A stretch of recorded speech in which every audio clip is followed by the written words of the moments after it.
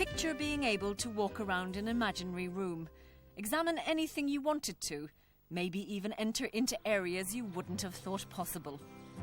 He painted Salford, smoke it up, some cardboard boxes from the shop, and parts of Ancoats where I used to play.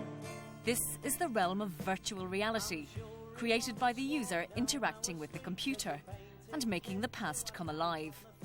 Now English Heritage want to use the technology of the Cyber Age to take us back to the Stone Age and help preserve history for future generations. We want to try and give access to the stones to as many as possible. Now, it's not physically possible for 5,000 people a day to walk through these stones as they are now. I mean, you can see around us that the space and the limited access that there is even at this moment causes damage. So by creating a virtual image of Stonehenge, and a highly realistic one, of course, we'll be able to allow many, many more people access to that. With similar projects under their belt, Faking Stonehenge is a job for VR Solutions, and it involves researching almost every square inch of the site and its surroundings.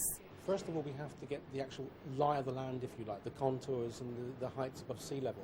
We take photographs of things like bushes and sheep and walls and grass, and we then texture those or paste those onto the geometry that we've built. So rather than looking like a cartoon image, we induce what we call photorealism, giving it a slightly more realistic feel.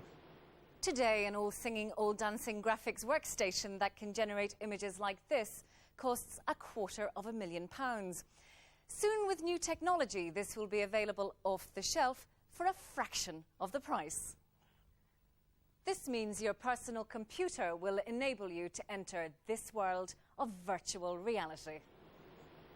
We can put people into the supermarket by putting on what we call a head-mounted display, which takes this kind of imagery and displays it in 3D.